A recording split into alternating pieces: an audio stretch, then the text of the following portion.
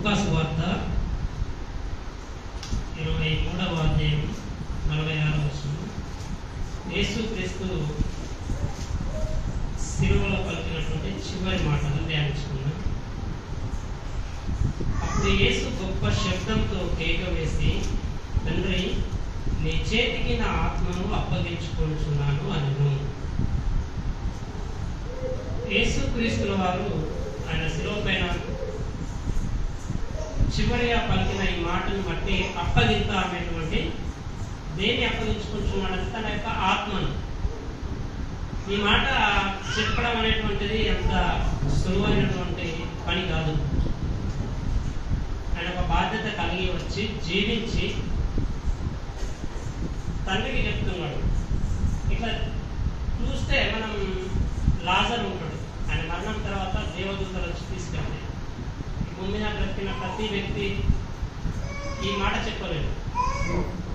దేవుని పిలుపు కలిగి మారు మనసు రక్షణ పొందిన వాళ్ళు మళ్ళా రకాలు ఉంటారు, అందులో దైవ సేవకులు ఉంటారు, అందులో రకాలు ఉంటారు. ప్రతి వ్యక్తి ఈ మాట చెప్పాలనేటువంటిది దేవుని ఉద్దేశం. యేసుక్రీస్తు వారు మరణించడానికి, తన ఆత్మను అప్పగించుకోవడానికి కారణం ఏంటంటే ఇదే. మత్తయి సువార్త 13వ అధ్యాయంలో చూస్తే ఒక మాట జరుగుతుంది. 13వ అధ్యాయం 49వ వచనం. అలాగే యుగ సమాప్తి యందు జరుగును, దేవదూతలు వచ్చి నీతిమంతుల నుండి దుష్టులను వేర్పరచి. ఇక్కడ యుగ సమాప్తి యందు జరగబోయేటువంటి సంఘటన గురించి వాక్యం తెలియజేస్తుంది. ఏంటంటే యేసుక్రీస్తు ఎలాగైతే తన ఆత్మను అప్పగించిండు తండ్రికి, అలా చెప్పలేనటువంటి వారు ఇక్కడ ఉన్నారు. మనుషులుగా జీవించి మరణిస్తారు. తర్వాత ఆ మరణం తర్వాత ఆత్మ ఎక్కడికి వెళ్తుంది? దేవుడు కలగచేశాడు, ఈ శరీరంలో దేవుని యొక్క ఆత్మ ఉన్నది అనే గ్రహింపు కలిగి జీవించిన వారు దేవునితో చెప్పగలుగుతారు ఆ మాట. మరణించే సమయంలో శరీరానికి మరణం కావచ్చు, ఆత్మకు అది నిద్ర, ఆ మాట చెప్పగలుగుతారు. ఇక్కడ కొంతమంది ఉన్నారు, వీళ్ళు ఏంటంటే దేవదూతలకు వీరు అప్పగించబడతారు మరణం తర్వాత. ఆ దేవదూతలు ఏం చేస్తారంటే తీసుకెళ్లి అగ్నిగుణంలో పడేస్తారు. ఈ భూమి మీద వారు ఎలా జీవించారు అనేటువంటిది ఆ దూతలకు సంబంధం లేదు. వాళ్ళు ఎంత అధికారమే కావచ్చు, ఏ రకమైన అధికారం పని ఉండవచ్చు, ఎంత ఆస్తి వస్తు ఉండవచ్చు, అంత చందాలే ఉండొచ్చు, ఏ రకంగా జీవించినా కానీ యేసుక్రీస్తు నా కొరకు ప్రాణం పెట్టాడు అనేటువంటి ఆ గ్రహింపు లేకుండా జీవిస్తే వారి యొక్క దిన మరణం తర్వాత దేవదూతలు తీసుకెళ్లి నిత్య నరకంలో పడేస్తారు. వారు నీతిమంతులుగా తీర్చబడరు. ఉచితంగా యేసయ్య శిలువపై ప్రాణం పెట్టిండు.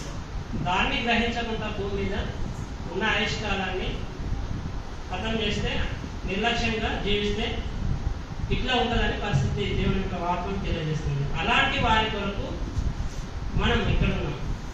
దేవుని యొక్క పోలికలో మనం ఉన్నాం కాబట్టి అలాంటి వారిని కొంతమంది సామెతల్లో కూడా ఉంటుంది. 24వ అధ్యాయంలో నిత్య నరకానికి వెళ్ళేటువంటి వారు చాలా మంది ఉన్నారు.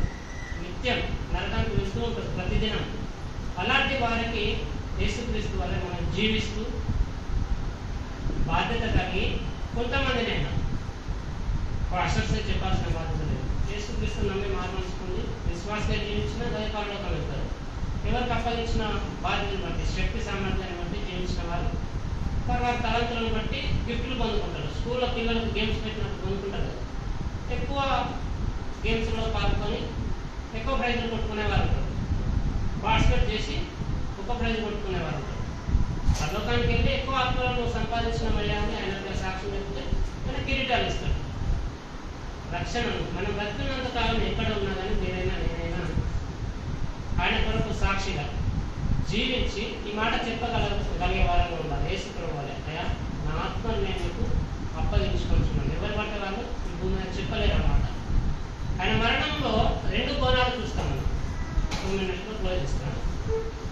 బైబిల్ లేఖనాలు ఏం చెప్తామంటే ఆయన మరణం అనేటువంటిది తండ్రి చిత్త ప్రకారం. విషయ 53:10లో చూస్తే ఆయన శిలువపై మరణించడం అనేటువంటిది తండ్రికి ఇష్టమైనటువంటి కార్యంగా ఉంటుంది. తండ్రి అయిన దేవుడు ఇష్టపడి పంపించింది. రెండవదిగా ఈ లోక అధికారులకు తెలియదు. అవి దేవుడు ఒక ఉద్దేశం, ఒక పర్పస్ కలిగి పంపించింది అనేటువంటిది తెలియదు. పౌలు రాసిన కొరింథీ సంఘానికి రాసిన మొదటి పత్రిక 2వ అధ్యాయంలో ఒక వచనం చూసి చూద్దాం. అపోస్తలుడైన పౌలు కొరింథీ సంఘానికి రాసిన ఒక మాట చెప్తాడు. మొదటి పత్రిక 2వ అధ్యాయం 8వ వచనం. అది లోకాధికారులలో ఎవరికిని తెలియదు, అది వారికి తెలిసి ఉండిన ఎడల మహిమా స్వరూపులకు ప్రభువును సిలువ వేయకపోయి ఉండును. అప్పుడున్నటువంటి ప్రపంచాన్ని ఏలుతున్నటువంటి ఒక రాజ్యం ఉంది, రోమా ప్రభుత్వం. ఇప్పుడంటే మనకు స్వాతంత్రాలు వచ్చినాయి కాబట్టి ఒక్కొక్క దేశానికి ఒక్కొక్క రాజ్యాంగం రాసుకొని ఉన్నారు. అప్పుడు ఈ రోమా ప్రభుత్వమే ప్రపంచాన్ని అంతా ఏలుబడి చేస్తుందని ఆ యూదులు కూడా వారి యొక్క అధికారం కిందనే ఉన్నారు. ఆ యూదుల్లో రకాలు ఉన్నారు, శాస్త్రులు ఉన్నారు, పరిసయ్యులు ఉన్నారు, మతాధికారులు ఉన్నారు. వీరంతా యేసుక్రీస్తును దేవుడుగా గుర్తించలేక వారి మనోనేత్రాలు మూయబడి ఉన్నారు. వారు ఒకవేళ గుర్తిస్తే యేసు ప్రభు శిలువ పైన మరణించేవాడు కాదు. ఆయన మరణం పొందకుంటే ఇప్పుడు రక్షణ వచ్చేది కాదు. ఒక కోణంలో లేఖనం నెరవేర్చబడాలి, రెండవ కోణంలో వారు అజ్ఞానులు కావాలి. ఈ రెండు నెరవేర్చబడింది. మనం రక్షణ పొందినంత మాత్రాన మన జ్ఞానం కాదు, మన తెలివి కాదు. వీరి వారిని పిచ్చి వారిని ఎన్నుకున్నాడని పౌలు కొరింథీ పత్రికలోనే చెప్తాడు. మనం అందరం యేసు ప్రభువులో నీతిమంతులు కావచ్చు, కానీ మానవ రీతిగా మనం అంత జ్ఞానం కాదు. గర్వించడానికి ఏం లేదు. ప్రతి క్రైస్తవుడు రీతి నా జ్ఞానం, నా బలం, నా రుణం, నా చదువు వల్లనే నేను రక్షణ పొందిన కృప అని అంటే అది కుదరదు. కృప వలననే రక్షణ పొందుకున్నాం. ఆ కృప వల్ల జీవిస్తున్నాం. ఆ కృపలోనే యేసుక్రీస్తు వలె చివరి వరకు బ్రతికి ఒక బాధ్యత కలిగి మన ఆత్మను అప్పగించుకునే వారంగా, ఒక బాధ్యత కలిగి ఈ మాట చెప్పగలిగే వారంగా ఉండాలని కోరుకుంటూ ఈ అవకాశం ఇచ్చిన దేవాలయ దేవుడికి కృష్ణ దేవాలయంగా వందనాలు తెలియజేసుకుంటూ తెచ్చుకుంటాం.